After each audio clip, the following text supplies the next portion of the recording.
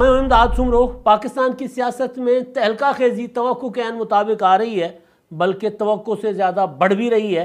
आज DGISPR ने press conference की। उस प्रेस कॉन्फ्रेंस में जो उन्होंने बातें की वो तो अपनी जगह, लेकिन उस प्रेस कॉन्फ्रेंस का जो तारीखी वाक़या है, जो पाकिस्तान की तारीख में पहली बार हुआ है, वो है DGISI lieutenant general Nazim Anjum का प्रेस कॉन्फ्रेंस में मौजूद होना, सवालों के जवाब देना और हक़ाइक़ कौम के सामने ले आना। ये कौन से हक़ाइक़ हैं? ये हक़ाइक़ हैं अरशद शरीफ के कत्ल के हवाले से, ये हक़ाइक़ हैं साइफर की साजिश के हवाले से। इमरान खान साहब ने पाकिस्तान की सियासत को अपनी शख्सियत के गिर्द जो है वो शख्सियत के अंदर उसकी शख्सियत की गिरफ्त में रखने के लिए इमरान खान साहब ने तरह तरह के झूठे साजिशी बयानिए बनाए, कौम को उसके पीछे लगाया, लेकिन बिलाखिर जिनके ऊपर इल्ज़ामात थे या जो बाखबर थे उन्होंने कभी ना कभी तो सामने आना था। पहले बंद कमरों में ये बातें बताते थे, अब खुलकर सामने आ गए हैं, क्योंकि इमरान खान साहब एक इदारे को अपनी ज़ात के अलावा बाकी सबको या अपने ऊपर तनकीद करने वालों को गद्दार, गैर मुहिब वतन करार दे रहे थे। एक पूरी की पूरी नस्ल को उन्होंने अपने पीछे लगाया हुआ था। लिहाजा जो होता है ना कि इनफ इज़ इनफ, तो मेरा ख्याल है इनफ इज़ इनफ तक मामला आन पहुँचा, क्योंकि पहले बात थी सियासी मामलात की, अब आ गया ये कि जी कत्ल करवाया जा रहा है, लोगों को धमकियाँ दी जा रही हैं, और फिर जब मामला ज़ाहिर है आगे बढ़ता है तो फिर कोई ना कोई तो सामने आकर जवाब देता है। तो आज प्रेस कॉन्फ्रेंस हुई है। प्रेस कॉन्फ्रेंस की कई इस प्रेस कॉन्फ्रेंस में कई व्लॉग्स हो सकते हैं, लिहाजा काफ़ी सारी बातें जो हैं वो अलग अलग व्लॉग्स में सामने रखी जाएंगी। लेकिन अभी जो मैं व्लॉग करने जा रहा हूँ, उस ये जो प्रेस कॉन्फ्रेंस हुई है, उससे पहले रात एक फैसल वाडा साहब की प्रेस कॉन्फ्रेंस हुई थी। तो उनमें बेसिक जो चीज़ें हैं वो सिर्फ ये हैं कि इमरान खान साहब शफ़ाफ़ सियासत कर रहे हैं। कल मैंने अपने एक व्लॉग में गुजारिश की थी कि सियासत के सीने में दिल नहीं होता, ये कहा जाता है, लेकिन वो सियासत कुछ और तरह की होती है। जो इमरान खान साहब कर रहे हैं ये माफिया स्टाइल है। कई बार पहले भी हमने गुजारिश की है कि इमरान खान साहब जो हैं वो हर अंदर बंद कमरों में कोई बात करते हैं, बाहर आकर कोई बात करते हैं। तो आज जो प्रेस कॉन्फ्रेंस हुई है, ज़ाहिर ये प्रेस कॉन्फ्रेंस मजबूर होकर की गई होगी। इदारे इस तरह ज़ाहिर जब वो कह रहे हैं अपनी ज़बान से, हम लोगों की नस्लों की मतलब कई दहाइयों की जिद्दोजहद है कि पाकिस्तान जो है वो आइन के दायरे के अंदर रहकर चले तो तरक्की करेगा। फ़ौज, अदलिया, सब अपना जो ब्यूरोक्रेसी है, सब अपने अपने आइनी दायरे के अंदर रहकर काम करें और पार्लियामेंट की और अवाम की मुंतखब जो हुकूमत है उसकी सुपरमेसी को तस्लीम किया जाए। आज जो प्रेस कॉन्फ्रेंस हुई है उसमें ये तस्लीम किया गया है एक बार फिर कि हम मातहत इदारा हैं, हमारा सियासत से कोई लेना देना नहीं है, हमसे गलतियां हुई हैं, हम इमरान खान को लेकर आए, ये हमारी गलती थी, ये गलती इस तरह नहीं मानी गई, यानी अल्फाज इस तरह नहीं बयान किए गए, लेकिन ये कहा गया कि हमसे माजी में गलतियां हुई हैं। मार्च 2021 के बाद हमने फैसला किया कि हमने अब गैर सियासी हो जाना है, यानी ये तस्लीम किया जा रहा था कि मार्च 2021 तक हम इमरान खान के लिए सियासत कर रहे थे, इमरान खान के साथ थे, क्योंकि उस वक्त तक ये था कि इमरान खान को कोई भी कांटा भी चुभता था तो इमरान खान को हर तरह से सपोर्ट मिल जाती थी। इमरान खान साहब मीशत ठीक नहीं कर पाते थे तो आर्मी चीफ जाकर बड़े बड़े जो बिज़नेस टाइकून से उनसे या वो जो बिज़नेस कम्युनिटी है उनके पास जाते थे और कहते थे कि पाकिस्तान के अंदर इन्वेस्टमेंट करें, ताकि इमरान खान साहब का तजुर्बा जो है वो नाकाम ना हो। लेकिन बहरहाल नाकाम हो गया। नाकाम होने के बाद फिर इमरान खान साहब ने, वो मैं अक्सर बात कहा करता हूँ, मिसाल बड़ी ज़रा बयान नहीं की जा सकती, तो मैंने उसका तरीका ये निकाला कि उसको मैं यूँ कहूँ कि जी कंधे पर जिन्होंने बिठाया उनके कान में खुजली करना शुरू हो गया, उनके बाल नोचना शुरू हो गए इमरान खान साहब। तो कंधे पे जिन्होंने बिठाया था अब इमरान खान साहब उनको आंखें दिखाना शुरू हो गए। आंखें दिखाना, सियासी तनकीद करना ये एक अलग होता है। इमरान खान साहब ने गद्दारी का बयानिया देना शुरू कर दिया। तो मामला साइफर से शुरू हुआ था, इस मामले को ट्रिगर किया अरशद शरीफ के कत्ल ने, अरशद शरीफ के खून नाहक ने। अब ज़ाहिर है वो किसने करवाया, कैसे करवाया। मैंने तो पहले दिन, जिस दिन इमरान खान साहब ने कहा था कि मुझे पता था कि अरशद शरीफ को कत्ल किया जाएगा और मैंने उनको ज़बरदस्ती बाहर भेजा, वो नहीं जाना चाह रहा था बाहर, मैंने उसको ज़बरदस्ती कहा कि तुम बाहर जाओ, तो फिर सवाल ये उठे कि जी अब अरशद शरीफ को पाकिस्तान में तो ख़तरा नहीं था, ये इदारा कह रहा है, ISI कह रही है। आज DG ISI general Nadeem Anjum ने कहा कि अरशद शरीफ को पाकिस्तान में कोई ख़तरा नहीं था। कहते मेरे पास सारी रिपोर्ट्स हैं कि उनको कोई ख़तरा नहीं था, बल्कि अरशद शरीफ का तो मेरे इदारे के लोगों के साथ, अफसरों के साथ पुराना ताल्लुक़ था, देरीना ताल्लुक़ था, बेहतर ताल्लुक़ था। वो तनकीद कर रहे थे, उनके साथ इख्तिलाफ राय ज़रूर होता था, लेकिन उनके ख़िलाफ़ उनको कुछ थ्रेट नहीं था। जो थ्रेट जारी हुआ वो थ्रेट उन्होंने बताया कि वो मनगढ़ंत है। वो खैबर पख्तूनख्वा के होम डिपार्टमेंट ने वज़ीर आला की हिदायत पर जारी किया अरशद शरीफ को, जिसके तहत अरशद शरीफ पाकिस्तान से बाहर भेजे गए। तो अरशद शरीफ से मामला शुरू हुआ और मामला पीछे चला गया साइफर पर। कहानी को जोड़ा जा रहा है साइफर के साथ, कहानी जुड़ रही है साइफर के साथ। मैंने जब साइफर पर इमरान खान साहब ने अपना बयानिया उठाया था, शुरू किया था जब 27 मार्च को, तो उस वक्त भी मैंने अपने वीलॉग्स में गुजारिश की थी।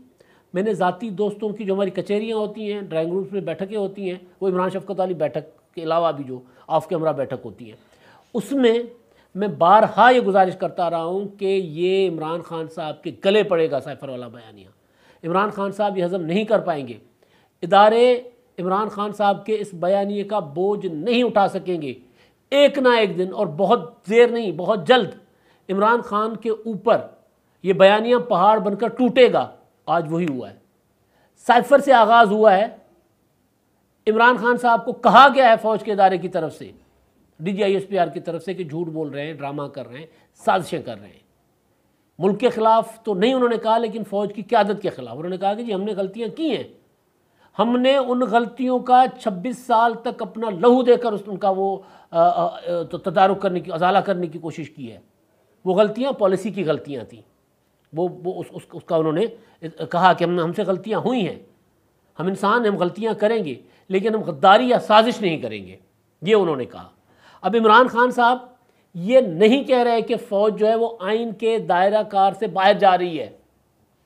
इमरान खान साहब ये कह रहे हैं कि फ़ौज मुझे गैर आइनी सपोर्ट नहीं कर रही। ये कहा गया फ़ौज की तरफ से। DG ISI ने कहा कि इमरान खान साहब हमें क्यों गद्दार और न्यूट्रल कह रहे हैं, हमें जानवर क्यों कह रहे हैं, क्योंकि इन्होंने हमें कहा था कि गैर आइनी सपोर्ट करो मुझे।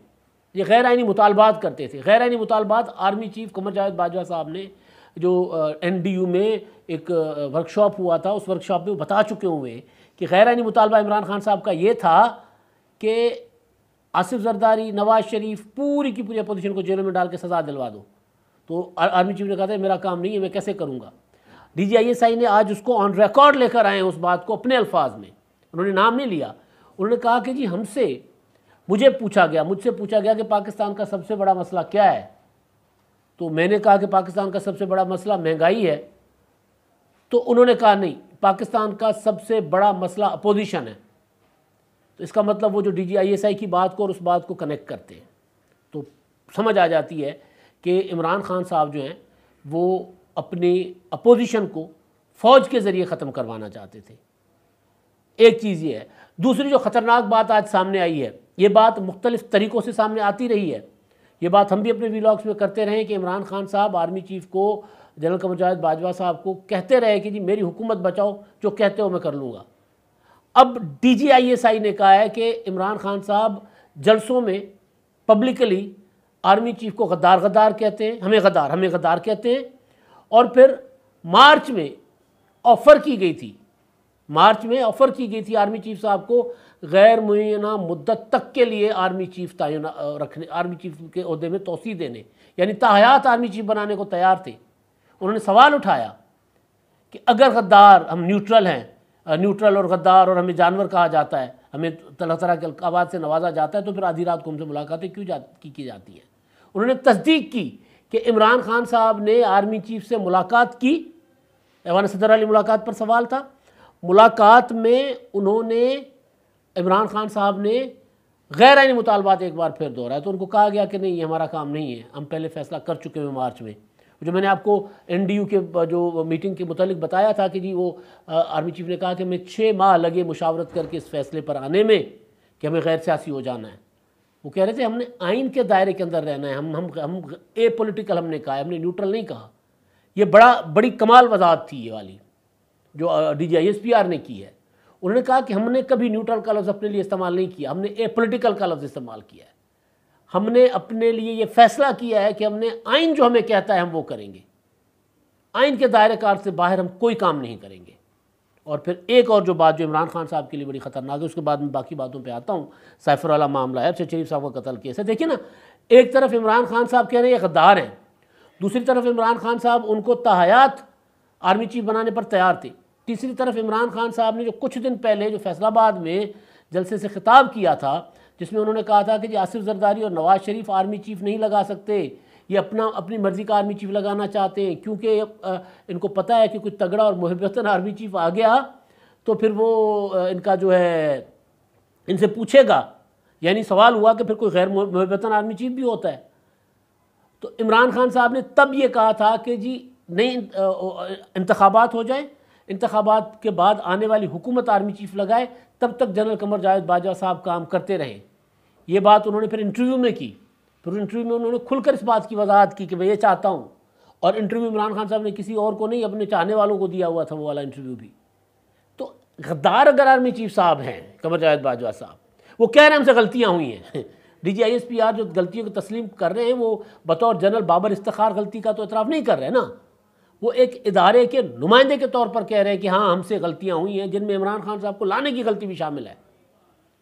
अब इमरान खान साहब को जितना बनाया गया, बड़ा किया गया, अब वो जो है वो सबको खाने पे तुला हुआ है, ज़ाहिर ये प्रेस कॉन्फ्रेंस का मतलब था। अब मैं आता हूँ साइफर की साजिश वाला मामला, फिर अरशद शरीफ वाला मामला बड़ा संगीन हो चुका हुआ है। अरशद शरीफ वाला मामला कल फैसल वोडा ने तो इमरान खान को फिक्स कर दिया। फैसल वोडा की प्रेस कॉन्फ्रेंस पर मैं अलग से व्लॉग करूँगा। फैसल वोडा ने प्रेस कॉन्फ्रेंस में इमरान खान का नाम नहीं लिया। वो इमरान खान को मेरे चेयरमैन, हमारा लॉन्ग मार्च पुरअमन होना हम करना चाहते हैं, उसको खूनी बनाया जाएगा, लाशें गिरेगी वगैरह, उस तरह की उन्होंने बातें तो की। बराह रास्त उन्होंने तहरीक इंसाफ बतौर जमात और इमरान खान बतौर लीडर, उन्होंने बराह रास्त नाम लेकर उन पर तनकीद नहीं की। हाँ, उनका जो बयानिया था फैसल वोडा अपना अरशद शरीफ के कत्ल के मुतालिक, उसको उन्होंने ज़रा उस पर पानी डाल दिया तो PTI पूरी की पूरी उनके ख़िलाफ़ हो गई। और फिर उसको उन्होंने पार्टी रुकनियत उनकी मुअत्तल करके उनको शोकाज़ नोटिस भी जारी कर दिया। तो फैसल वोडा की प्रेस कॉन्फ्रेंस बजाते खुद एक अलग कहानी है। और वो कहानी पता है किस चीज़ की है? मेरे व्लॉग्स पड़े हुए हैं, मैं वो लिंक भी यहाँ पर शेयर कर रहा हूँ। इमरान खान अक्टूबर के एंड में और नवंबर के आगाज़ में इमरान खान साहब तना होना शुरू हो जाएंगे, पार्टी उनकी तितर बितर होना शुरू हो जाएगी। मुझे कुछ सियासी सितारों की चालों से मालूम हुआ था, सियासी सितारों की चालों से, कि इमरान खान साहब तेज़ी के साथ नीचे जा रहे हैं, नोज डाउन जाएंगे। और ये फैसल वोडा अकेले नहीं है, फैसल वोडा के अलावा बाकी भी हैं। लेकिन ये किसी अगले व्लॉग किसी में अभी, क्योंकि ये बहुत ज़्यादा बड़ा मामला आ गया हुआ, इस पर काफ़ी सारे नुकात हैं। मैं अभी एक जनरल सा व्लॉग कर रहा हूँ, फिर मैं एक एक पॉइंट पर जो है वो अलग अलग से आपसे बात करूँगा, जितने भी बड़े पॉइंट्स हैं प्रेस कॉन्फ्रेंस के। क्योंकि वो जनरल व्लॉग एक परसेप्शन, वो जो इमरान खान साहब की सियासत है, क्योंकि ये वाली प्रेस कॉन्फ्रेंस इमरान खान साहब की सियासत के ऊपर एक बड़ा पत्थर आ गया है। वो जो कहते हैं ना इमरान खान साहब के अच्छा हुआ तहरीक अदम एतमाद, हमारी हुकूमत ख़त्म हो गई, वो जो पत्थर हम पर गिर रहा था वो इन पर गिरेगा। तो इमरान खान साहब के ऊपर अपने साइफर बयानिए का पत्थर गिरा है। अब इमरान खान साहब ने 27 मार्च को जो साइफर लहराया था, उसको DGISPR ने कहा है कि एक ड्रामा था। उन्होंने कहा ड्रामाई अंदाज में लहराया, यानी और साजिशी बयानियाँ बनाया। वो ये कह रहे हैं कि 11 मार्च को कामरा एयरबेस पर army chief general Qamar Javed Bajwa साहब ने इमरान खान के हवाले साइफर किया था, वो फाइल साथ लेकर गए थे। उन्होंने इमरान खान को साइफर दिया था और उनको बताया था कि ये अमेरिका से ये साइफर आया है, क्योंकि आप इस तरह की तकरीरें करते हैं जिससे हमारे ताल्लुकात ख़राब होते हैं, तो सफारती मामलात पर आप ज़रा मोहतात होकर बोला करें तो हमारे लिए बेहतर होगा, पाकिस्तान के लिए।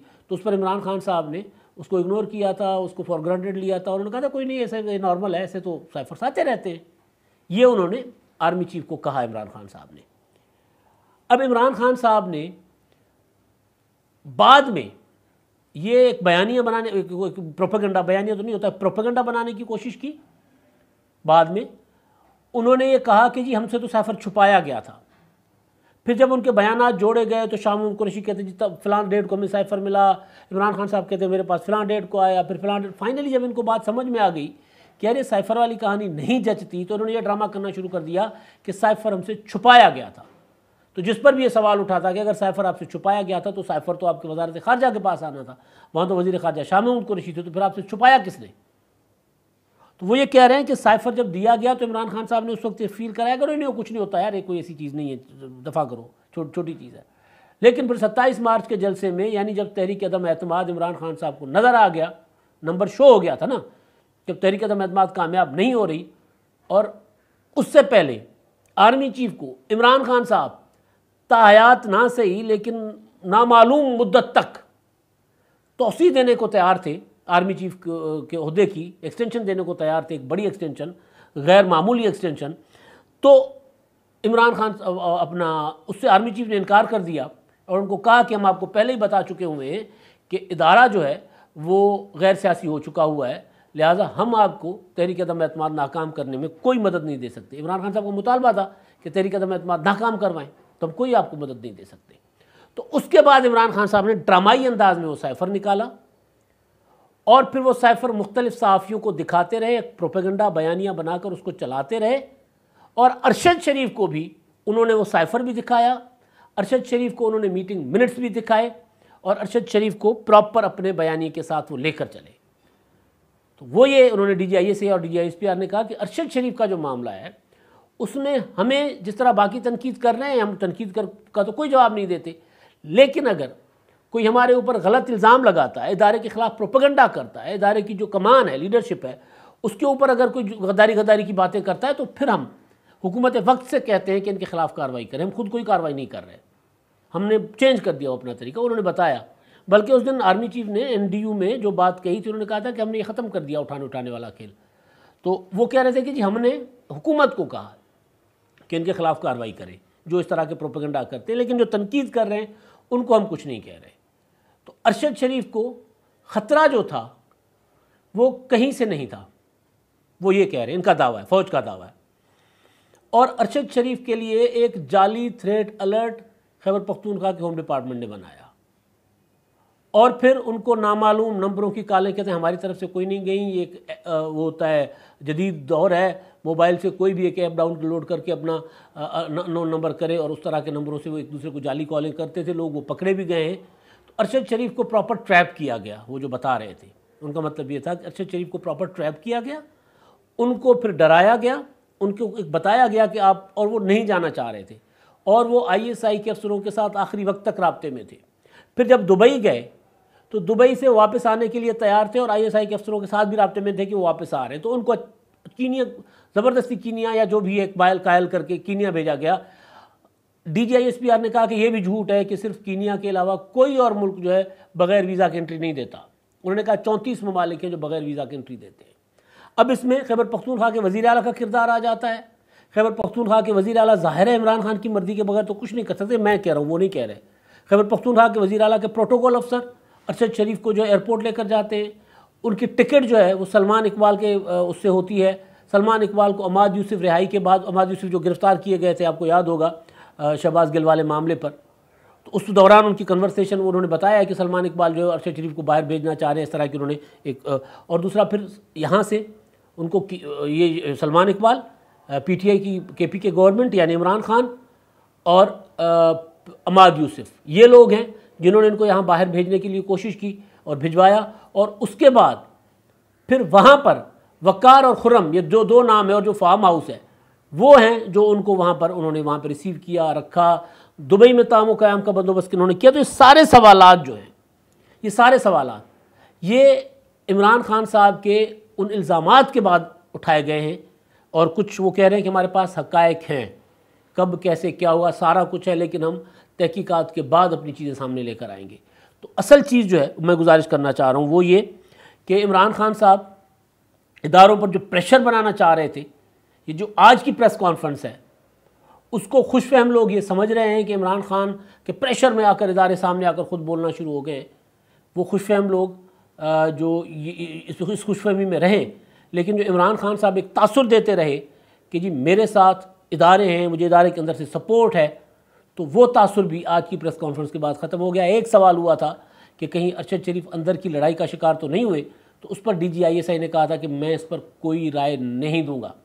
तो बाकी जो पॉइंट्स हैं इसमें मुख्तलिफ़ चीज़ें हैं, उस पर वो जो साइफर से लेके अरशद शरीफ साहब के कत्ल तक और उसके दौरान इमरान खान साहब क्या चाहते रहे, उस सब पर मैं अगले व्लॉग्स में गुजारिशात करूँगा। अभी एक मैंने जनरल व्यू दिया है और उसका जो कुल मिलाकर जो नतीजा निकलता है वो ये है कि इमरान खान साहब को कह दिया गया है कि इनफ इज़ इनफ, और इमरान खान साहब की सियासत अपने उरूज को पहुंचकर अब तेज़ी के साथ ज़वाल की तरफ जाना थी तो वो जा रही है, और आज उनको पहाड़ से गिराने के लिए एक बड़ा धक्का दे दिया गया है 24 घंटों के अंदर, एक फैसल वोडा की प्रेस कॉन्फ्रेंस की शक्ल में और एक DGISI का सामने आकर DGISPR के साथ प्रेस कॉन्फ्रेंस करने की शक्ल में एक और बड़ा धचका और धक्का इमरान खान साहब को लगा है। अब तक के लिए इतना ही। अल्लाह।